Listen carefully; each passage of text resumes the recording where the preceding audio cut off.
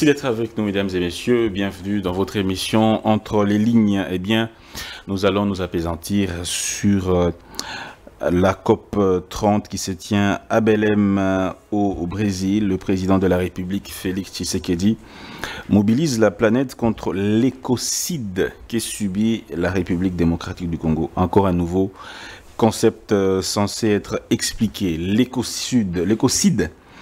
Voilà, à la tribune de la 30e conférence internationale sur le climat qui se tient à Belém au Brésil, le chef de l'État congolais a déploré l'écocide, donc qui est une grave atteinte portée à l'environnement, entraînant des dommages majeurs à un ou plusieurs écosystèmes, pouvant aller jusqu'à leur destruction, que subit la République démocratique du Congo. Félix Tshisekedi a accusé certaines personnes mal intentionnées de détruire volontairement les espaces protégés et les forêts de la RDC. Il appelle la communauté internationale à aider la RDC confrontée à la fois au génocide et à l'écocide.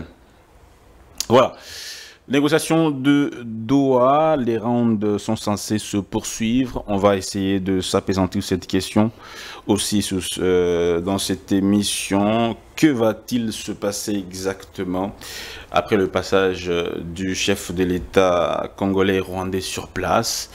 On va donc essayer de tourner autour de cette question. On parlera également de cette rencontre qui est annoncée à Washington. Le chef de l'État congolais et son homologue rwandais pourraient ou vont se retrouver à Washington très bientôt pour pouvoir signer l'accord final entre les deux pays. L'information va nous être confirmée sur ce plateau, ce qui constitue une bonne nouvelle pour des milliers de Congolais qui sont touchés par cette insécurité, par cette guerre. Sous les terrains, en République démocratique du Congo, les combats se poursuivent. La FCM 23 accusée de commettre plusieurs massacres sur les populations. La société civile du Sud Kivu continue de dénoncer les attaques perpétrées par la FCM 23 en violation de la déclaration de Doha. Monsieur Freddy Moulomba, bonjour et merci d'être là une fois sur place. Ouais. On est là. Vous avez aussi, vous allez publier un magazine bientôt. Non, le magazine est déjà sous presse, mais c'est déjà sorti dans les réseaux sociaux. Le magazine s'appelle Renaissance congolaise. C'est le magazine d'un Congo puissant. Donc, on a pensé que les intellectuels, quelques amis intellectuels, on a pensé qu'il faudrait quand même qu'il y ait un écrit. Un écrit parce qu'on passe beaucoup de temps dans les télévisions, sur les réseaux sociaux. Et vous savez, ça va poser un problème pour la mémoire collective. On va écrire l'histoire du pays avec ce qui passe de quel document. On ne passera pas tout le temps à aller sur Internet pour chercher les déclarations des individus ou bien des hommes politiques ou bien des publications. Donc il faut qu'il y ait quand même un écrit. Tout ce que nous parlons, c'est vrai, on communique, il faut passer aussi par l'écrit. Le deuxième élément, on a aussi pensé que on a laissé beaucoup d'espace aux hommes politiques. Ce sont les hommes politiques qui conduisent un peu les débats sur le Congo, sur les questions de survie congolaise. Donc il faut aussi que les intellectuels, les scientifiques s'y mêlent pour montrer la voie à suivre. Pour cela, il faut un canal par lequel il faut s'exprimer. Les scientifiques à la télévision, ils peuvent parler dans les médias audiovisuels, mais pour bien s'exprimer, il faut le faire sur le papier, il faut écrire, il faut une publication. Et puis le troisième élément qui peut justifier la renaissance congolaise, vous savez, nous sommes dans une période d'imitation géopolitique. Généralement, les Congolais passent beaucoup de temps sur des questions internes. Or, c'est la géopolitique internationale qui définit en quelque sorte la marche à suivre de notre pays, parce que nous sommes un pays qui est issu d'une compétition entre grandes puissances. Et quand il y a de nouvelles compétitions, quand il y a des puissances qui émergent, d'autres déclinent, il faudrait aussi en tenir compte. Et si on ne le fait pas, on peut payer encore plus cher. Donc, il y a assez d'articles, je pense qu'on en parlera. Il y a assez d'articles écrits par des intellectuels, des chercheurs.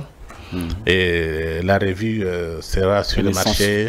Renaissance congolaise. Congolaise, oui, à partir de lundi, mardi. Donc ça, c'est déjà sur le marché. Et nous avons pensé que le premier article, c'est sur le discours du président Tshisekedi, sur la reconnaissance du génocide congolais. J'ai vu que dans les médias, il n'y a pas un véritable débat. Sur le génocide. Sur le génocide congolais, oui. Il faudrait qu'on les fasse très rapidement parce que les Rwandais ont imposé son génocide grâce aux publications, grâce aux films, grâce aux reportages, aux documentaires et au lobbying. Si nous voulons, c'est qu'aujourd'hui, quand on parle du génocide congolais, il faut faire le travail qui est fait par les Juifs, le travail qui est fait par les Rwandais. Si nous voulons, c'est que ça soit accepté par la communauté internationale, parce qu'il ne faut pas oublier que tout est question de rapport de force. Hein. Donc, si les Américains disent non, même vous pouvez crier sur les toits, ça ne marchera pas. Donc, il faut normalement chercher des amis qui peuvent soutenir notre combat. C'est ça. Oui. En dehors de Renaissance, j'annonce l'Omerta. Cette fois-ci, il y a les magazines, enquête et reportage. Hein? Oui, qui est sorti. Congo, silence, on tue. Congo, silence, on tue. Ouais. Donc, c'est le reportage qu'on a fait ensemble avec Régis Les Sommiers. Vous êtes allé à Komanda? Oui. D'abord, on a commencé par les Katanga, dans les mines, et puis on a terminé par les Katanga, donc, on va par Komanda, en Ituri. Et ça coïncidait avec les massacres de 41 chrétiens catholiques à Komanda. Donc, on était sur place et on assistait aux funérailles. Et puis, notre ami Régis Les Sommiers a fait sortir ces magazines et je demande aux Congolais de lire. Notre faiblesse, c'est qu'on ne lit pas. On lit pas. Il faut lire, c'est vrai, il faut suivre les vidéos, mais on retient presque rien. Mais en lisant, en tout cas, on fait un effort pour retenir quelque chose. On apprend à la lecture. En lisant, oui. En lisant, oui. Parce qu'on est habitué seulement à lire la Bible. Encore faudrait-il que les gens lisent la Bible, parce que ce qu'on voit dans la société, on a l'impression que les gens ne lisent pas la Bible, ils écoutent seulement le pasteur. Donc faisons un effort pour lire, pas seulement écouter ce que la radio ou bien les réseaux sociaux racontent. Donc avec la lecture, on fixe des idées. Ça, c'est très bon pour comment dirais-je, les spécialistes ou bien les chercheurs. Oui. Il y a des grands intellectuels français qui ont écrit. Dans l'Omerta. Dans l'Omerta, vous avez Bernard Lucan, qui est un grand, il est professeur. Vous avez Thierry Mariani, qui est député européen. Vous avez Alexandre Delval. C'est un géopolitologue, un historien aussi. Félix Tshisekedi. Il a beaucoup publié. Vous avez le président Félix Tshisekedi qui a accordé une interview. Il a expliqué comment ces choses, comment il voit un peu la question congolaise. Vous avez Tom Benoît, qui est en quelque sorte un journaliste, mais spécialiste. Et vous avez Charles Onana, que vous connaissez très bien. Et puis Jacques Hogar, lui, c'est un ancien général. Donc, si vous lisez ça, je pense que vous comprendrez, c'est que il y a aussi Alain Gier. Alain Gier, que vous connaissez très bien. Donc, il faut aussi les lire. Et puis, nous avons aussi Charles Danjou, qui est le patron de l'Omerta. Je voudrais un peu revenir sur Renaissance. Ici, on a fait, il y a 3 dossiers importants. Oui. Il y a un dossier sur le génocide, ça c'est à partir du discours du président. Il y a un dossier sur les deals, parce qu'il y a la confusion totale. On a fait un effort pour que les gens comprennent quels sont les enjeux, quels sont les acteurs, pourquoi les deals tournent en rond. Jusqu'aujourd'hui, on dit on va signer, on ne signe pas, donc on a essayé un peu d'apporter un peu de lumière à travers les articles qui sont publiés ici. Mais il y a aussi le 3e dossier, c'est sur l'enseignement. Donc le président Tshisekedi avait inauguré l'université officielle de Mbujimayi. Et il y a de beaux bâtiments, donc c'est le premier président qui a financé, donc le gouvernement, le régime, qui a financé la construction des universités. C'est le premier président dans l'histoire du Congo. On a dit c'est bien d'avoir des bâtiments, mais les contenus. Vous avez le contenant, ce sont des bâtiments. Les contenus maintenant, c'est ce qu'on donne comme cours, comme programme. Et ici, on a demandé à beaucoup de nos amis intellectuels, scientifiques, de contribuer pour qu'on ait, je dirais, un peu de programmes d'université, de programmes de cours, que ça soit collé à la réalité congolaise, pas copier ce qui vient de l'extérieur. Donc, il faut en quelque sorte, réinventer l'université congolaise. Pour le moment, la confusion totale. Mais pour prévenir trop de faux diplômés, de docteurs, on se les partage. Tous les policiers sont devenus docteurs maintenant, et professeurs. Donc, il faudrait qu'on mette un peu de l'ordre. Oui, parce que sans université, il n'y a pas de développement. Sans université, il n'y a pas de développement. Ouais. Mais il y a aussi un article sur Joseph Kabila. Vous avez évoqué le fait qu'il soit condamné à mort aussi. Oui, on a donné les faits. Le président Kabila, l'ancien président Kabila, était condamné à mort. Oui, oui. On a essayé un peu de travailler avec la ZAP, l'ACP, qui a fait un reportage sur base là. On a donné un peu de faits, pas tellement entrer dans des polémiques de politiciens. Merci beaucoup, M. Freddy Mulumba, pour cette question. Mais on va commencer d'abord par la COP 30. Je l'ai dit d'entrée de jeu, il y a le président Tshisekedi mobilise le monde autour de l'écocide. Je ne sais pas si vous pouvez expliciter un peu pour ceux qui ne comprennent pas très bien ce que cela veut dire. Oui, je pense que c'est un terme qu'on vient encore d'inventer. Oui, oui. Je pense que ce qui est frappant d'abord, on parle de notre forêt, l'Amazonie. On oublie qu'il y a aussi en Indonésie, il y a une grande forêt. En Indonésie. Même en Chine. Pourquoi on ne parle pas des autres forêts là? Pourquoi on ne parle que de nous? C'est là où j'ai dit qu'il faut qu'on fasse très attention. C'est vrai. Il y a le problème climatique qui se pose, ça c'est une vérité, on les vit. On coupe des arbres, il y a des rivières qui disparaissent, même des lacs. Ça sont des réalités, mais il faut quand même relire l'histoire. Moi, ma crainte est que, avec tout ce qu'on appelle COP, COP 20, COP 21, COP 30, ça ressemble un peu à ce qui s'est passé avant la colonisation. Il faut se rappeler, il y a eu une grande conférence géographique à Bruxelles, avant la colonisation, avant qu'on fasse le partage de l'Afrique. Avant la conférence de Berlin. Oui. Donc, il y a eu de grandes conférences géographiques à Bruxelles. Et sur cette conférence-là, on a décidé de faire la conférence de Berlin. Donc il faut qu'on fasse très attention. Le capitalisme cherche toujours comment il faut rebondir quand il est en crise. Parce que quand tu vois ces discours, c'est tenu beaucoup plus par de multinationales. Mais il y a des intellectuels, d'ailleurs ils ne sont pas tellement associés. On prend des clients qui viennent seulement faire la propagande. Mais des critiques comme telles, ils n'existent presque pas. Dès que vous commencez à critiquer, on commence à dire, oh non, vous êtes complotiste, vous êtes négationniste. C'est ça le problème. Donc, je pense qu'il faudrait qu'il y ait un véritable débat scientifique, pas politique. Ce sont les politiciens qui parlent, avec leurs experts. Il faut maintenant faire appel à des universitaires pour nous dire, est-ce que cette histoire va déboucher sur quelque chose de bon? Ou bien, est-ce que ça ne sera pas récupéré par les capitalistes pour refaire encore une certaine récolonisation? Parce qu'on les fait sur nous. Vous avez produit carbone, il y a beaucoup de trucs qu'on a inventés. Les Congolais, même, les Africains ne comprennent même pas. Mais ceux qui ont inventé ça, c'est qui? Ce sont les autres. Crédit carbone. Ah oui, crédit carbone, oui. Ce sont les autres qui ont inventé. Ils risquent un jour, parce que c'est pas son dit quand on parle de crédit carbone, ça signifie que vous ne coupez pas la forêt, on doit vous payer. Mais qu'est-ce que l'autre gagne?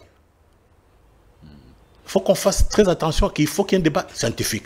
C'est bien, on ne coupe pas la forêt. Ok. Ça lutte contre l'échauffement. Mais vous donnez l'argent pour quelle raison? Est-ce que vous donnez ça gratuitement? Donc derrière tous ces discours, il se cache les intérêts des grandes puissances, des intérêts des multinationales, et nous risquons de déboucher sur une récolonisation. On pourrait encore passer par les partages, comme du temps de Berlin 1. On peut encore avoir un Berlin 2. Berlin 2. Ouais. Pour le repartage de l'Afrique. Oui. Monsieur Freddy Mulumba, vous m'aviez informé que bientôt Washington va accueillir Kagame et le président Tshisekedi pour la signature d'un accord. Est-ce que vous confirmez cette information? Non, je ne peux pas confirmer. L'opinion est en train de nous suivre. Hein, si, je ne peux pas confirmer comme tel. Il y a des gens qui donnent des informations, mais il faut d'abord les vérifier. Et puis, deuxième chose, tout dépend aussi de Doha. Il faut que Doha soit un succès pour qu'on aille signer. Or, à Doha, il se pose un problème très sérieux.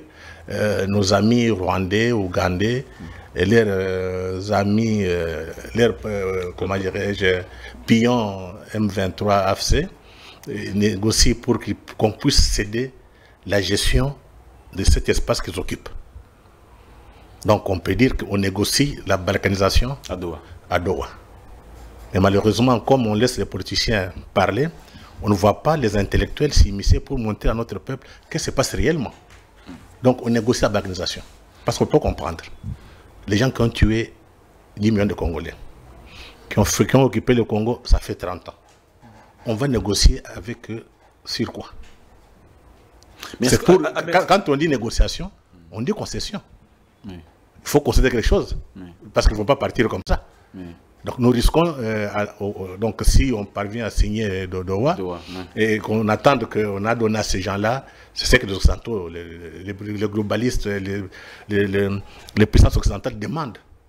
Qu'on puisse céder ça à Doha, pardon, à Rwanda, c'est plétif, pour qu'ils gèrent. Et le président Tshisekedi dit non. Mais on a déjà eu à signer la déclaration de principe, on a déjà signé comment dire, la libération des prisonniers, l'échange des prisonniers. Ça, on l'a signé, on l'a accepté, mais malgré cela, ça n'est pas toujours appliqué. Oui, mais c'est parce qu'il y a beaucoup d'intérêts, il ne faut pas être naïf. Il y a beaucoup d'intérêts qui sont en jeu. Ici, il y a un affrontement entre globalistes, mondialistes et les souverainistes. Mais à Doha? À Doha, ce sont des globalistes qui sont dedans. En commençant par le Qatar. Qatar et les globalistes ont beaucoup investi au Rwanda. Donc si on parvient à mettre la loi américaine, parce que selon les accords qu'on va signer avec les Américains, les deals, toutes les entreprises qui vont fonctionner ici seront sanctionnées par la loi américaine. Or, en Amérique, on ne joue pas avec les droits. On ne joue pas avec la loi. Donc si vous êtes corrompu, vous soutenez des guerres, vous soutenez la mafia, automatiquement, la justice américaine frappe. Donc, toutes les entreprises qui seront sur l'espace congolais ou bien rwandaise seront, je dirais, un peu sous contrôle, en quelque sorte, de la loi américaine. Ce qui fait peur maintenant à tous les globalistes qui étaient à Kigali, parce que ce sont des mafieux. Donc, si la loi américaine arrive, ce sera difficile de faire la mafia. Voilà pourquoi ça traîne. Mais comme ils ont encore, au niveau du département d'État, ils ont encore beaucoup d'amis dans les circuits. Donc, Bill Clinton a laissé pendant 30 ans avec les Obama. Ces gens-là défendent les intérêts des globalistes. Voilà pourquoi ça traîne. Voilà pourquoi il y a Doha. Et qu'est-ce qu'ils demandent? Que le Congo cède la gestion de Kivu au Rwanda. Et là, donc, le président est très clair. Donc, Nord Kivu, Sud Kivu vont être annexés au Rwanda. La gestion. Ça dit quoi? Je prends d'abord, en 2013, ils avaient demandé 5 ans pour gérer. Donc, le Katanga, d'abord, le Katanga, on appelait ça les zones sinistrées. Les Katanga, le Nord Katanga, le de Kivu, jusqu'à Ituri et Banzouel aussi. M23, j'ai dit en 2013, avait demandé. Écoute d'abord. Oui. En 2013, M23 avait demandé la gestion de cet espace-là. 5 ans. 5 ans. Et je me rappelle, François Mambeti Chimbi était à la tête de là où se trouve le professeur Tombalo Abba, ce mécanisme. Hein? Mécanisme de suivi de l'accord. Il est passé sur Radio Kapi. J'étais au potentiel. Il a déclaré clairement, même si on peut négocier pendant 10 ans, on ne cédera pas. Donc, les négociations, donc c'est que les réclamations d'M23 aujourd'hui datent de 2013. L'objectif, c'est quoi? Qu'on leur cède la gestion, après un temps, qu'on annexe ça au Rwanda et à l'Ouganda. Donc, le président Tshisekedi a dit niet. Mais c'est la balkanisation, ça. Effectivement, c'est la balkanisation. Le problème est que vous ne comprenez pas ça ici. Il y a encore des gens qui pensent qu'on va négocier, il faut faire le dialogue, appeler ces gens. Vous ne comprenez pas, les enjeux sont tellement importants. Donc, ce sont les enjeux géopolitiques. Donc, les globalistes qui contrôlent l'Union européenne, ceux qui contrôlent l'Union européenne, mais ne contrôlent pas l'Amérique. Mais le président Tshisekedi était catégorique, il ne voulait pas négocier avec eux. D'ailleurs, il disait que dès qu'ils osent, il va mettre feu, il va les attaquer. Qu'est-ce qui l'a poussé à aller là-bas? Qu'est-ce qui a contraint le président à déléguer un représentant? Non, je pense que c'est la pression des globalistes eux-mêmes. Mais pourquoi il a cédé? J'ai dit que c'est la pression des globalistes. Mais le président leur a dit clairement, il y a des conditions. Ils doivent d'abord libérer. Il faut qu'ils libèrent l'espace, les territoires. Le Rwanda doit retirer ses troupes, tout comme les M23, avant d'entamer les négociations. Donc tant qu'ils ont occupé, tant qu'ils occupent encore notre territoire, on ne pourra pas signer. Je pense que si vous avez suivi les discours du président à Paris, il a été très clair. Il a dit à tous ces gens qui étaient dans la salle, commencez par demander au Rwanda, et à vous tous là, de respecter la résolution 2773. Mais que dit la résolution? Il retrait des troupes rwandaises, il retrait aussi des M23 des territoires qu'ils occupent. Tout est clair. Vous allez négocier quoi? Il faut commencer par respecter ça avant de signer. Le président très clair, il ne va pas céder. Tout à fait. Oui. Mais il y a comment il s'appelle, Mossad Boulos. Ouais. Boulos disait, il y a quelques jours, hein, je pense quelques mois, il a dit que Doha, c'est la dernière pièce qui manque au puzzle pour que la paix revienne. Il a également dit que c'était un conflit entre Congolais. Oui, mais ça, c'est son point de vue. Boulos. Oui, son point de vue, Boulos n'est pas congolais. Nous défendons les intérêts congolais. C'est le représentant de Trump. Oui, mais nous, on s'en fout. Nous défendons nos intérêts. Nous serons d'accord avec ces gens quand nos intérêts sont sauvegardés. Mais on ne va pas accepter parce que Boulos a parlé. Pourquoi ça traîne? Parce qu'il y a un flou. C'est qu'on demande qu'on cède la gestion à tous ces bandits-là avec Kagame Museveni. Comme ça, ils peuvent nous piller. Donc, on veut maintenant blanchir les pillages, légitimer les pillages. Et là, le président dit niet. Avant de signer tous ces documents, retirez vos troupes. Kagame doit quitter le territoire. Et si Kagame quitte le territoire, le pouvoir s'effondre. Donc, il n'y a que la guerre qui va régler ces problèmes. Il n'y a que la guerre. Rien que la guerre. Il n'y a que la guerre. Mais est-ce que vous pensez que quelqu'un qui a fait 30 ans sur le territoire, il est dit ouvertement qu'il y a des territoires congolais qui appartiennent à l'ancien, donc si c'est le Royaume Rwanda ou bien Empire Rwanda. Est-ce que vous pensez qu'il va céder comme ça? Le drame, c'est de voir qu'à Kinshasa, il n'y a pas de gens qui n'ont pas de mémoire, qui n'ont pas le sens de l'histoire. Oui. La guerre se prépare, la guerre coûte cher. En combien de temps pensez-vous qu'on peut mettre fin à cette guerre, à cette situation par la guerre? Je te prends la déclaration de Mzee Laurent Désiré Kabila, avant qu'il soit assassiné. Mzee avait dit la guerre sera longue et populaire. Surtout que notre armée semble-t-il... Laisse un peu d'abord, je te donne ce que Mzee avait dit. La guerre sera longue et populaire. Deuxième élément de Mzee. Il y a Yana Dikoupa qui était un journaliste, c'était un ami. Yana, quand il travaillait chez RTGA, 3 mois avant l'assassinat de Mzee, on est venu prendre tout les matériels de RTGA par un général de Demiap. Mzee Kabila était au courant. Il a envoyé, je pense, chez Kwitundu, pour que les gens se retirent. Donc, quitte un peu les bureaux. Ils ont refusé. Et Rudi est parti, il a négocié, et puis les militaires sont retirés des bâtiments de siège de RTGA. Après, Hirodia a préparé une rencontre avec Mzee, entre Diana et Mzee. Diana ne savait pas qu'elle allait voir Mzee. Diana est vivant, il faut vérifier, pour ceux qui doutent. Diana, il va voir qui Hirodia. Hirodia l'amène chez Mzee directement. Mzee lui dit, Diana, vous avez raison, parce que vous avez écrit un article, dans 3 mois, on aura la tête de Mzee. Et c'est par cet article-là que les gens de MIAP sont passés pour sceller les bureaux de RTGA. Et c'est la vérité. Mzee leur a dit, ce que vous avez écrit, c'est une vérité. Mais je sais que je vais mourir. Mais vous qui restez, continuez la lutte. Ça, ce sont des paroles de Mzee. Diana est vivant. Posez la question à Diana. Pourquoi on a tué Mzee? Parce que les Rwandais, avec des Occidentaux, veulent nous recoloniser, veulent nous faire des esclaves. Nous a refusé. C'est ce qu'on l'a assassiné. nous nous trouvons dans les mêmes conditions. Et qu'est-ce qu'ils ont fait avec Mouzé? Comme d'habitude, vos médias ne comprennent pas les enjeux. On a commencé à me diaboliser. Un incompétent, un voleur, il n'est pas irresponsable. Entre-temps, c'était les Rwandais qui étaient avec lui qui faisaient tout ça. On l'a marginalisé. Donc, diabolisé, marginalisé, et puis assassiné. Et on a vu à Kinshasa, les gens étaient très contents. Oh, vous savez, maintenant nous avons la démocratie. Ça fait plus de 20 ans que Mouzé est assassiné. On a eu la démocratie. Voilà les leçons de l'histoire qu'il faut tirer. Voilà pourquoi les intellectuels, les véritables élites, doivent engager un débat de fond.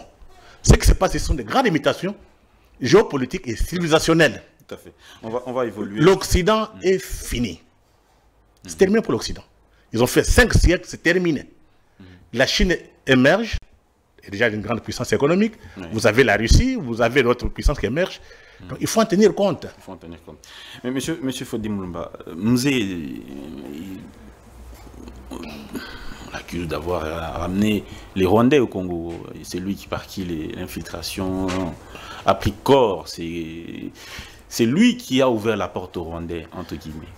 Oui, mais ça, ce sont des débats. Les gens, il faut laisser les historiens écrire l'histoire du Congo. Il y a beaucoup d'éléments qui justifient pourquoi Mouzé a joué les jeux. Il a fait longtemps dans l'opposition. Mais il a eu l'opportunité d'y entrer. Ce qui a fait que les 2 août, Mouzé a dit non. Il a chassé les Rwandais.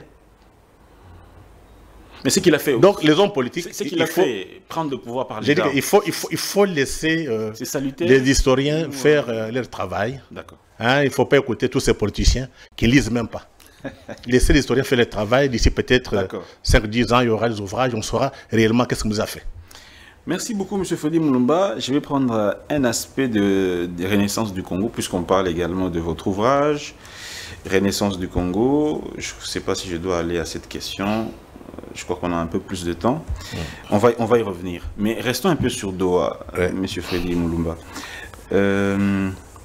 Doha reste au point mort, malgré la volonté de Qatar, malgré la volonté de Washington. Donc, pour le moment, il y a eu 2 documents signés, déclaration de principe, document de libération, d'échange de prisonniers qui sera facilité par le CICR. Jusque-là, il n'y a pas d'avancée. Ça bloque et sur le terrain, les deux, la RDC, côté gouvernement Kinshasa et côté FCM 23, on s'accuse d'avoir violé les différents accords.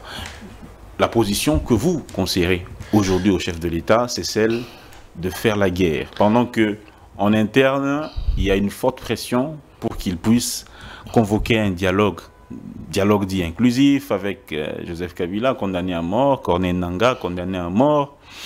Tous les Congolais qui sont à l'étranger, venir, ce n'est pas ça la solution. Oui, il faut quand même relire l'histoire.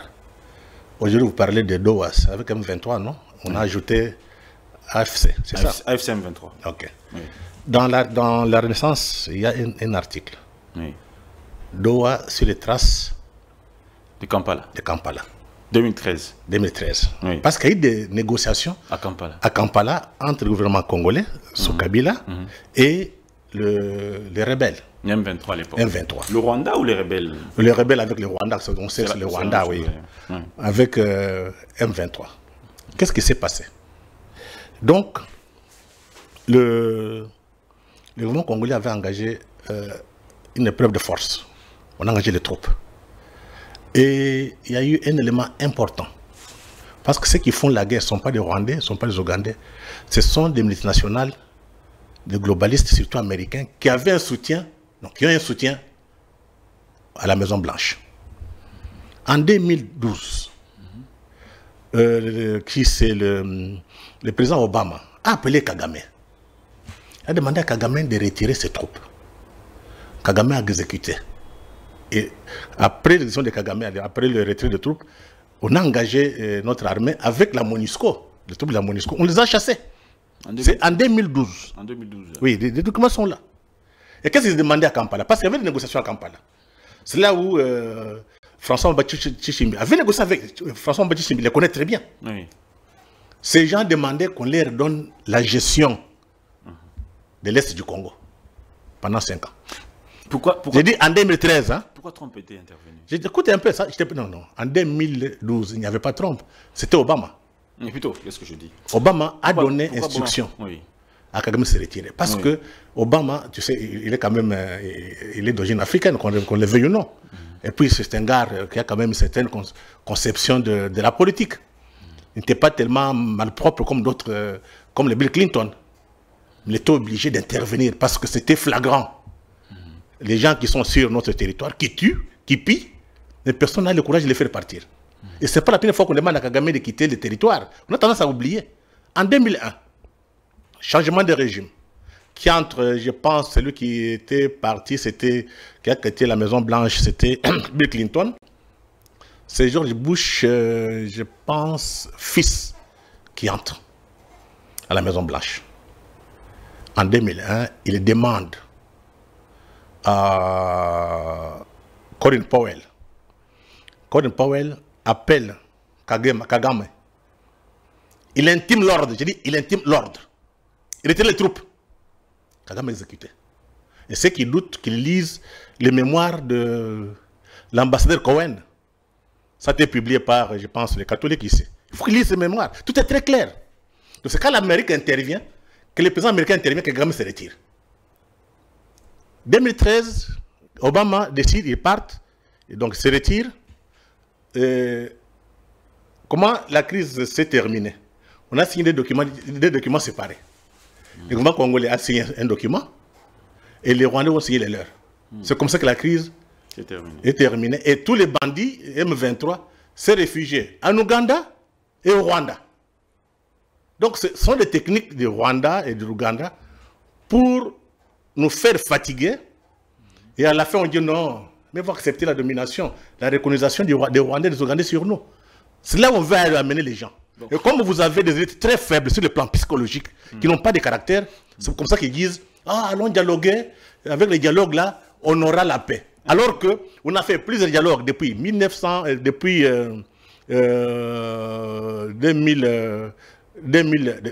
2002, quand on a signé Moussé Kabila. Jusqu'aujourd'hui, ça donnait quoi? Mais M. Fodimouba, en 2013, il n'y avait pas d'accord avec l'État américain ou sous l'égide américaine. Non. Vous l'avez dit. J'ai dit ceci, on a chassé. On a chassé, justement. Donc, Obama a appelé Kagame. Il a dit retirer vite les troupes. C'est quand Kagame a retiré les troupes que la MONUSCO, avec nos militaires, avec l'armée, ont chassé, ont nettoyé un peu ceux qui voulaient résister. C'est comme ça qu'ils sont partis, se réfugier en Ouganda et au Rwanda. Une comparaison avec la situation d'aujourd'hui, l'Amérique est sur le point de faire la même chose. Ça va arriver à ça. Mais ce n'est pas l'Amérique qui va le faire. C'est au Congo de comprendre. Il faut qu'il y ait une volonté ici d'en découdre avec ces gens. Il faut qu'il y ait une volonté. Ce qui est dramatique, tu sais, les Américains et d'autres Africains ne comprennent pas. Comment les Congolais se comportent? Ça, c'est quelle élite? Ils sont contre leur propre pays. C'est pour vous dire les degrés d'infiltration. Les gens qui sont occupés, les pays, ça fait plus de 30 ans que Kagame tue, 10 millions de morts. On voit les mêmes élites qui vont demander à ceux qui négocient avec Kagame et Museveni. Il n'y a que la guerre. Et ça va arriver. Voilà pourquoi je te reprends le dire de Mzee Laurent Désiré Kabila. La guerre sera longue, populaire. Ça signifie que quand le peuple va se prendre en charge, cette guerre va terminer. Et ça va arriver. La plupart des élites que nous avons maintenant sont les élites qui sont fabriquées par Museveni et Kagame et l'international occidental. N'oubliez pas, la guerre de l'AFDEL, qui était derrière? Ce sont les Américains. Quels Américains? Les globalistes. Jusqu'aujourd'hui, ils n'ont pas abandonné. Ils sont toujours là. Ils pensent qu'avec le temps, on arrivera à céder cette partie au Rwanda. Si on ne cède pas, on occupe. Mais le problème maintenant, tu trouves que le président Tshisekedi résiste. Mais ce qui est dramatique, c'est voir que le président Tshisekedi résiste, dit non, mais la classe politique congolaise est ailleurs, en commençant par l'Église catholique. On ne comprend rien du tout. Sommes-nous des hommes ou pas? M. Fodimouba, est-ce que vous dénoncez ce que le gouvernement a fait? Parce que le gouvernement a signé déjà un accord avec le Rwanda. Quel accord on a signé? À Washington. Mais ça, c'est ce accord de paix. Que dit l'accord à Washington? Il y a beaucoup d'engagements dans cet accord. L'accord est très clair. D'abord, qu'on retire les troupes, que M23 se retire aussi de nos territoires. Là, on va appliquer l'accord. Tout est très clair, non? La résolution 2773. Oui. Je suis d'accord avec vous. Pourquoi en discuter? Qu'on mette ça en pratique, c'est fini, pour me régler. Pourquoi on ne fait pas le faire? C'est parce qu'on pense qu'à Kinshasa, il y a des gens qui portent des masques. D'une part, vous parlez de la solution militaire. D'autre part, vous revenez à la résolution 2773. D'autre part, encore venir sur l'accord de Washington. Mais je t'ai pris l'exemple. Je t'informe de ce qui s'est passé en 2012. Obama a donné instruction. Il a demandé à Kagame de se retirer. Ceux qui voulaient résister, notre armée avec la MONUSCO, on les a foutus à la porte. L'histoire va se répéter. Ce qui fait que ceux qui attendent que Doha donne de bons résultats, ils se trompent. On va se réveiller le matin, notre armée. À récupérer les... Mais comment? On va les chasser? Le Rwanda dénonce déjà le fait que... Mon cher ami... On a compris, M. Freddy. Le Rwanda dénonce le fait que sur le terrain, il y a des mercenaires colombiens... Mais écoute, nous sommes un État indépendant. Ouais. Le Rwanda parle en tant que qui? Le Rwanda qui nous occupe, non? Oui. Il parle en tant que qui? Voilà, c'est ça le drame. En fait... Comment est-ce que l'élite congolaise accorde beaucoup d'importance à ce que Kagame Museveni raconte? Non, juste pour que vous... Ça signifie que les élites sont très faibles. C'est le problème du Congo. Des gens qui ne lisent même pas. Des gens qui n'ont même pas l'essence de l'histoire. Qui ne savent pas que le Congo c'est une puissance. Et ceux qui doivent les gérer doivent avoir l'esprit de grandeur, des ambitions, de grandes ambitions. Et puis une volonté de puissance. Vous avez des élites actuellement qui se contentent d'acheter des maisons. Regardez, ce qui est frappant. Vous faites le tour de la ville de Kinshasa. On le construit chaque jour ici. 5, 6 étages. Quand vous demandez à qui ça appartient, aux militaires, aux politiciens. Ça signifie quoi? Ils sont corrompus. Dans un pays sérieux, c'est faire une enquête. Tous ces gens, d'où vient l'argent? Et si on trouve que cet argent est sale, on passe à la justice, on les arrête. Malheureusement, tout le monde dans la danse, chacun rêve d'avoir aussi une maison en étage. Et on pense que la vie sera comme ça éternellement. Mais qu'ils lisent l'histoire. Merci beaucoup, monsieur. Écoute, parce que tous ces gens sont des traîtres. Mais comment on va faire? Écoute un peu, je t'explique. Oui. Les Occidentaux leur disent, écoute, pourquoi vous voulez faire... Ces pays-là, c'est déjà fini. Vous prenez votre temps. Vous devez protéger votre vie. Prenez l'argent, vous serez sécurisé en Europe, vous vivrez tranquillement. Oui. Mais ils oublient. Les mêmes personnes ont parlé ça aux Mobutistes. Tous les généraux de Mobutu, les intellectuels, les militaires, les ministres, tous ont trahi Mobutu. Aujourd'hui, ils sont où? Aujourd'hui, ils sont où? Il faut relire l'histoire et tirer les leçons de l'histoire.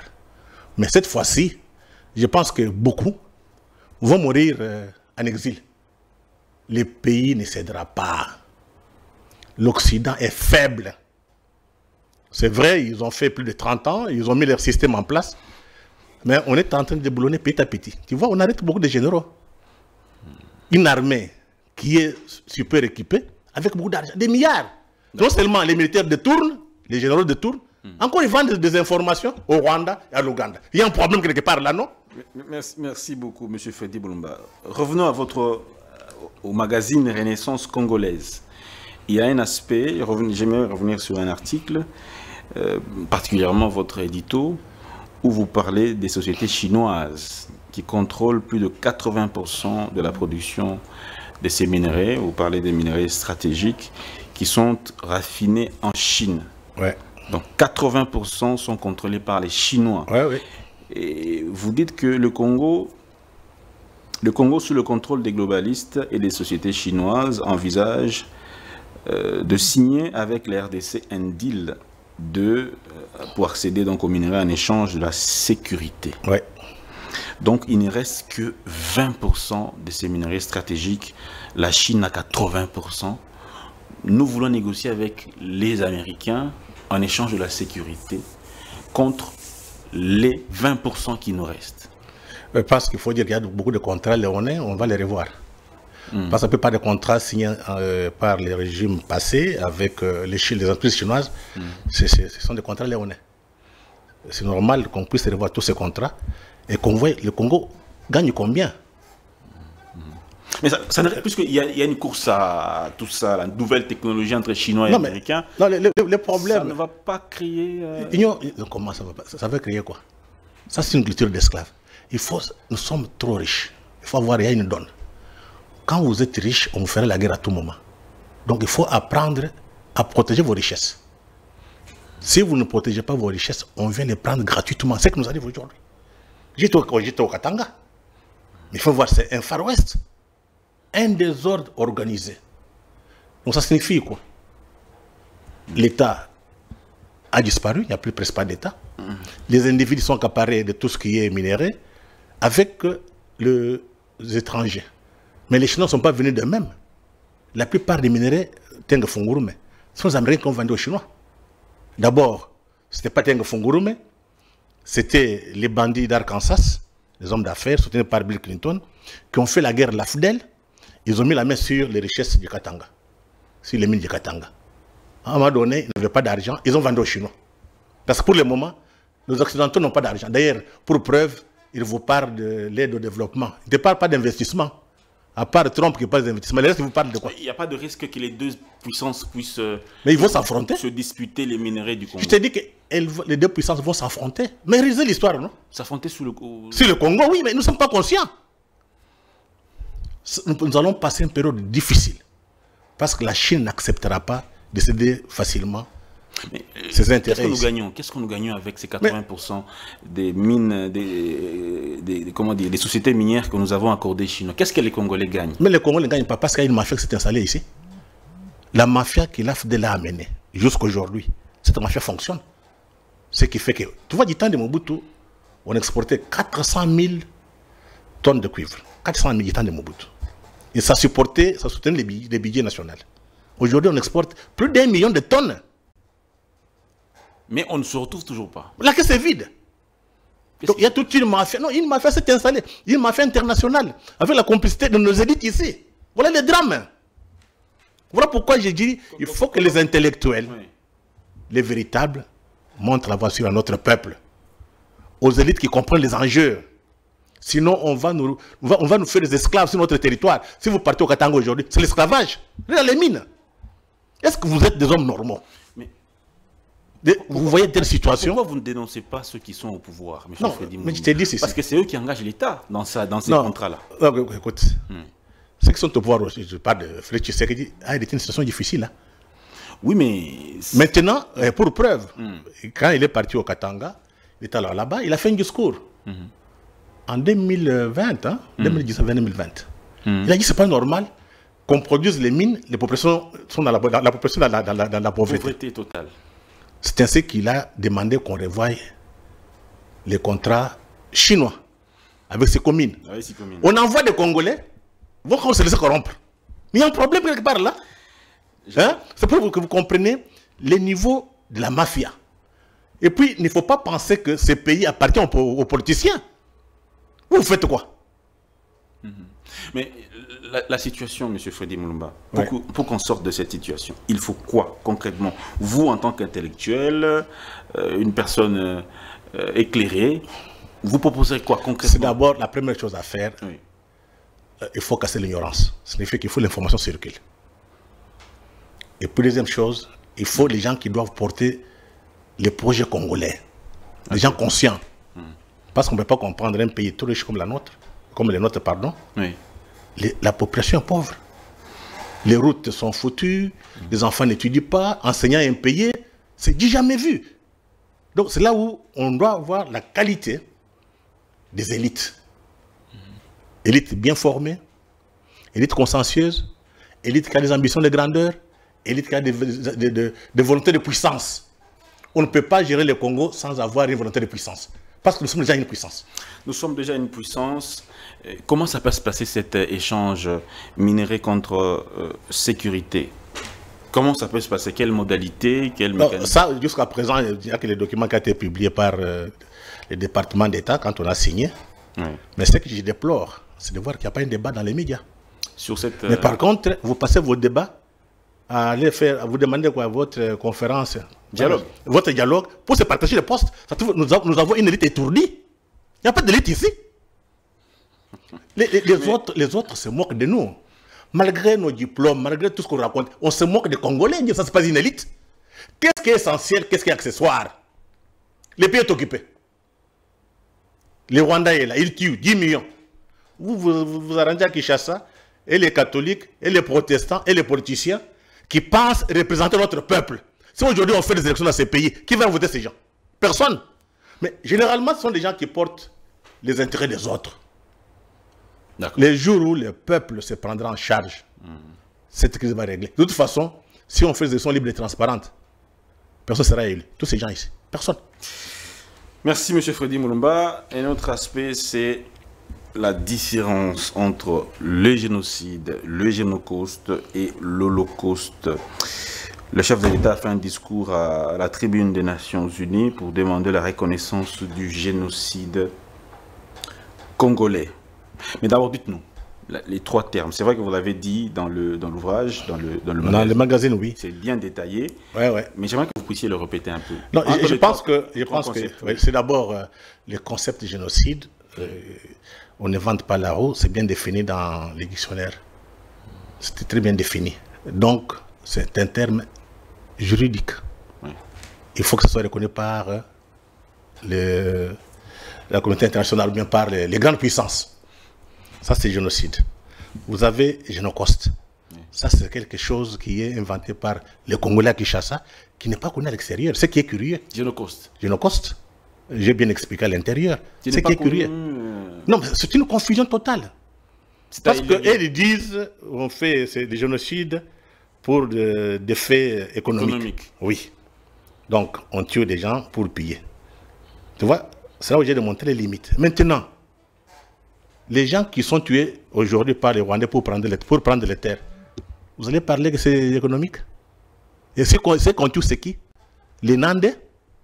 Les Hutus? C'est bien connu. Donc, vous suggérez quoi concrètement? Il faut d'abord, je suggère les génocides. Mais il faudrait, le président l'a dit, il faudrait qu'il y ait des démarches, il faut des explications, il faut des arguments. Ça signifie qu'il faut un travail des scientifiques, pas des politiciens. Après le travail scientifique, il faut maintenant qu'il y ait un lobbying. Et là, c'est le pouvoir politique qui doit soutenir ce lobbying pour parler aux autres, pour montrer combien on tue les Congolais. Ce qui est dramatique, c'est quoi? Les autres parlent de nos morts. Ils pleurent. Vous venez à Kinshasa, les gens sont dans des bars, dans des églises. Ils préfèrent se partager le pouvoir pour manger et construire des maisons. Il y a un problème. Ce n'est pas normal que les autres parlent de nos malheurs. Et nous ne sommes pas conscients. Voilà pourquoi tout ce qu'on peut faire comme discours, ça a des limites. C'est les jours où on vient à Kinshasa. Au lieu de voir les publicités qui sont à travers la ville, on met seulement génocide. Le président Tshisekedi appelle à ce qu'on puisse reconnaître les génocides congolais. Qu'on fasse des affiches à travers la ville. Mais il n'y a aucune affiche. Rien. Mais vous allez voir ce qu'on achète, c'est autre chose. Je pense qu'il y a une complicité, notre complicité. Le verre est dans les fruits. Le verre est dans les fruits. C'est nous, Congolais, qui sommes... Oui, des gens qu'on a mis au pouvoir ici, qui travaillent contre le Congo. C'est connu. On ne peut pas comprendre. On vous tue, on vous pille, on vous est occupé. Non? Vous êtes dans des bars, vous êtes dans des églises. C'est une diversion. C'est là où ceux qui voient clair doivent dire à notre peuple: Kagame, Museveni, avec les Occidentaux, ont tué des Congolais, 10 millions. Preuve, Charonana, Holocauste au Congo. Avec preuve à l'appui. Donc vous appelez à un soulèvement populaire? Pas soulèvement, prendre conscience, c'est pas un soulèvement populaire. Il faut prendre conscience. Alors, M. Freddy... Ça demande qu'il faut que les gens aient l'information. Les gens ne sont pas informés. Vos médias sont où? Bon, on va clore. On va finir. J'ai noté beaucoup d'aspects que vous avez d'ailleurs balayés. Dernier aspect pour clore complètement, on a pris beaucoup de temps. Alors, on va parler Paul Kagame, le gendarme d'Afrique ou le négrier des temps modernes. Ça, on l'a évoqué plusieurs fois. Les vraies fausses raisons de la présence de l'armée rwandaise dans les provinces du Nord et Sud Kivu. Là, dans l'accord de Washington, il y a... L'FDLR, c'est ça? FDLR. Il y a un article j'ai l'article, les vraies fausses raisons. De la présence de l'armée rwandaise. Donc il faut les lire. Attends, je vais quand même expliquer. Oui. Il y a un rapport des Nations Unies qui a démontré que James Kabarebe envoie des gens de... C'était CNDP, je pense, qui habitaient, qui occupaient le Kivu. Ils disent que faites par tous les moyens. Parce que l'objectif poursuivi ici, c'est contrôler le Kivu, que le Kivu soit annexé au Rwanda. C'est bien écrit par les rapports des Nations Unies. En 2012. Le document, de toute façon, il faut lire, j'ai donné même la référence. Et ils ont même demandé à ce que les Hutus soient d'accord avec eux pour qu'on annexe le Kivu au Rwanda. Tout est écrit. Il faut lire. Le problème est qu'on ne lit pas. Si nos élites intellectuelles, nos élites politiques lisaient, nous ne serons pas dans cette situation. C'est parce que notre élite ne lit pas. Ils partent négocier, ils n'ont même pas les dossiers. Ceux qui peuvent négocier, qui maîtrisent les dossiers, on les laisse dans la rue. Et vous voyez des gens qui ne connaissent rien, on les amène. Il y a un problème. Il y a un problème. Nous devons nous poser la question, pourquoi ça se passe comme ça? Mais pourquoi? Ce n'est pas normal. Donc, il faut qu'on prenne tous conscience. Aujourd'hui, cet État, donc le Congo, n'appartient pas seulement aux politiciens. Le Congo appartient au peuple congolais. Qu'est-ce que vous savez des FDLR? Et nous devons voir l'avenir de nos enfants, de nos petits-enfants. Qu'est-ce que vous savez des FDLR, M. Freddy Mulumba? FDLR n'existait pas. Oui, mais parlez-nous. Parce qu'aujourd'hui, non, je pense qu'il faut lire le document, je ne vais pas parler. Aujourd'hui, Kagame n'a jamais été attaqué par FDLR. Museveni même. Mais ces gens sont où? Chez nous. Ils sont chez nous? Mais ils sont où? FDLR sont où? Ils sont où exactement? Ils sont dans le Kivu. C'est quel FDLR? Les rapports montrent que l'armée rwandaise travaille avec les FDLR. Ils exploitent les cassétérites, donc les coltans. C'est l'armée rwandaise qui prend. Et là, ils ont leur, je pense, desk Congo. C'est desk Congo qui vend même les minerais du Congo. Les Hutus, là, les FDLR, ceux qui ont FDLR, là, ils prennent les minerais, ils donnent aux Tutsis, des FPR, ils vont vendre. Il y a une collaboration. C'est un faux discours. Même quand on prend les gens de FDLR, on les renvoie au Rwanda. Les rapports nationaux montrent que ces gens sont recyclés, ou puis on renvoie encore au Congo. Donc l'objectif c'est quoi? Il faut que les gens comprennent. L'objectif c'est... Il y a la dame ici, l'anglaise, Michaela Vrong, dans son livre là, il a écrit très clairement. Il a fait l'entretien avec Karegeya. Karegeya, c'est un ancien de service de renseignement que Kagame a assassiné en Afrique du Sud. C'était son bras droit. Karegeya dit, il faut lire le livre en anglais, ne lisez pas en français, je dis en anglais. Il dit que nous devons rester au Congo. D'abord, nous avons un petit pays. On n'a pas une... comment on appelle ça? Une profondeur stratégique. Donc, toutes les guerres doivent passer dans notre pays, donc dans le Kivu. Donc, nous devons créer une confusion, donc une guerre permanente au Kivu. Comme ça, nous sommes tranquilles. Nous devons faire la guerre au Kivu. Et deuxième chose, nous devons contrôler le pouvoir à Kinshasa. Contrôler. Oui, mais c'est écrit. Donc, nous devons avoir nos gens à Kinshasa. Comme ça, on peut être tranquille. Donc, penser que Kagame Museveni va laisser ce pays se tromper. Ce ne sont pas des négociations qui vont régler ces problèmes. Il n'y a que la guerre de libération qui va régler ces problèmes. Donc, si on ne fait rien, on va les regretter. Donc, prenons tous conscience. Ça, c'est les intellectuels aujourd'hui. La plupart des politiciens, ils doivent tout à Kagame et Museveni, aux Occidentaux. Pour preuve, personne ne parle. Personne ne parle, mais nous avons... Tout le monde s'était. Nous avons également signé, nous avons pris l'engagement de neutraliser les FDLR. J'ai dit, on a signé. Kinshasa. On a signé. Le problème, c'est quoi? J'ai dit FDLR n'existe pas. Il faut lire l'article. Oui, j'ai lu l'article. L'FDLR, c'est... Comment dire, on appelle ça? C'est le fonds de commerce pour Kagame. C'est le fonds de commerce. Et l'FDLR a tué combien de gens? Nous avons... Tu sais, c'est ce qui est frappant. La question que moi je souhaiterais écoutez, ce qui est frappant, c'est voir la faiblesse intellectuelle des Congolais. On est très faible. Écoute d'abord, on a tué 10 millions de Congolais. Qui a tué? Ce sont des Congolais? Ce sont des Rwandais. Revenons sur ça. Demandez d'abord de compte à ceux qui ont tué les Congolais. FDLR ne tue pas les Rwandais. D'abord, ce sont des Rwandais. Ce ne sont pas des Congolais. Mais nous avons signé J'ai dit ceci. Le gouvernement de Kinshasa a pris l'engagement de neutraliser les FDLR. Je te dis que c'est un faute de commerce pour Kagame. Mais pourquoi nous avons accepté? Est-ce une erreur stratégique pour nous? Oui, mais tu sais quand on négocie, il y a trop de magouilles. Tu connais comment ça se passe, non? Je vais te dire, la plupart des gens qui vont négocier ne sont pas à la hauteur. Ceux qui connaissent le dossier sont abandonnés. Nous devons apprendre aujourd'hui, s'il y a des grands dossiers, c'est ça le travail des intellectuels, des peuples, des élites. Nous devons avoir d'abord des gens qui maîtrisent le dossier, qui peuvent aller négocier. Un. Et de deux, il faut que l'opinion publique suive. Quelque part, vous dénoncez ce que fait le chef de l'État, mais vous ne voulez pas le dire en termes mais clairs. Le chef est très clair quand il parle. Non, je dis ceci. J'ai dit ceci, le chef est clair. Il vous dit, pas de organisation, il ne cédera même pas un petit morceau de terre, de territoire congolais. Le chef est clair. Mais la question, que font les Congolais? Le chef a parlé. Monsieur Freddy Mulumba, je suis d'accord avec vous. Oui. Revenons sur ce qu'il prend comme décision. Quand il nomme Mme Kaikwamba au ministère des Affaires étrangères, c'est lui qui engage cela. Ouais. Quand Mme Kaikwamba signe l'accord de Washington, il ne le signe pas sans que le chef ne soit informé. Oui. C'est lui le garant du bon fonctionnement. Exact, oui. Ça veut dire que le chef de l'État cautionne aussi le fait Le chef n'a rien cautionné. Non, le fait qu'il a... J'ai dit ceci, le chef n'a rien cautionné. Dernièrement, ils étaient à Washington. Hein. C'était prêt pour signer, non? Oui. Le chef a fait quoi? Il a refusé. Est-ce que vous, journalistes, intellectuels congolais, vous vous demandez pourquoi le chef a refusé? Donc nous sommes dans des querelles personnelles. Non, dans des questions, des caniveaux. Les décisions des décisions politiques qui sont prises par les autorités. Mais la question est la suivante. S'engage l'État. Non, le problème c'est ça, nous sommes très faibles sur le plan intellectuel. Est-ce que le Congo appartient au président Tshisekedi? Le Congo n'appartient pas au... Si le Congo nous appartient, nous tous, nous faisons quoi? Oui, mais c'est lui qui nous représente. J'ai dit que nous faisons quoi? Quel est notre travail?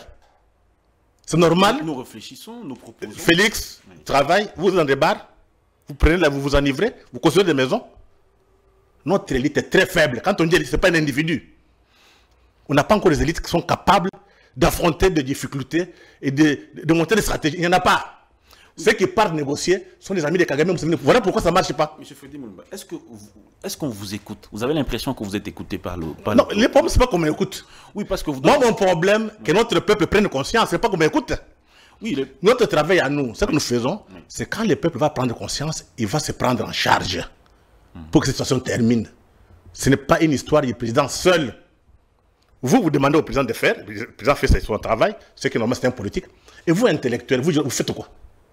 Vous laissez corrompre partout vous partez, on sait que vous corrompre. À qui la faute? Merci beaucoup. Notre société est malade. Voilà pourquoi j'ai dit, il faut que les intellectuels qui sont encore conscients, qu'on commence à produire la pensée, qu'on écrive. C'est bien de passer à la télévision, de discuter, mais ce n'est pas suffisant. Et je demande à ceux qui veulent contribuer à la Renaissance congolaise, du moins, il y a sur le plan intellectuel, il faut écrire. Il y a ceux qui ont mon numéro de téléphone, mais aussi il faut avoir des moyens financiers parce que l'autonomie intellectuelle ne peut pas marcher sans autonomie financière. Et pour qu'on soit indépendant, il faut que le peuple contribue. Donc, je donne deux numéros. Oui. Le premier numéro, c'est RTL Money. 099 87 47 48 5. Je reprends. 099 87 47 48 5. Ça, c'est RTL Money. Deuxième, c'est Orange Money. 085 14 78 920. Il nous faut beaucoup de contributions pour qu'on produise une pensée libre et indépendante. Et si les Congolais ont des difficultés aujourd'hui parce qu'ils n'ont pas d'argent pour écrire, donc pour produire, tu peux avoir des idées, mais il faut avoir des papiers, les papiers, il faut acheter. Si nous voulons nous libérer, il faut que le peuple contribue à cette libération-là, par des idées, aussi par des moyens. On ne demande pas pour aller acheter des maisons. C'est pour produire une pensée libre, indépendante, autonome, pour permettre à notre peuple de se prendre en charge. Voilà la solution aujourd'hui. Que se plaindre, accuser toujours les autres. Monsieur Freddy Mulumba, journaliste, chercheur et politologue, engagé dans la lutte contre la balkanisation de son pays, son Congo qu'il aime tellement. Il le défend depuis plusieurs années déjà. Et je demande, parce que la revue sort déjà le lundi, ça sort le lundi. Omerta, il faut aller dans les librairies, vous aurez ça. Hein. Il faut dans la librairie, vous aurez ça. C'est bien, il faut lire. Hein. C'est bien de à la télévision, l'oralité, c'est bien. Mais les écrits, c'est très important. De Kinshasa, on peut trouver. Oui, il y en a. De toute façon, il n'y a pas beaucoup de librairies ici. Hein. C'est écrit. Mais vous pouvez en avoir chez Grand Lac. Grand Lac, oui. Chez professeur Kilocho, il a quand même une grande librairie. On peut avoir ça. Voilà, hein. Et puis, il faut aller sur Omerta, donc le site Omerta, pour suivre. Il y a aussi une chaîne. Oui, Omerta, oui, pour suivre le documentaire Congo on tue. Donc c'est très intéressant. Donc Congo, les mines de sang, c'est ça. Oui, il faut suivre ça.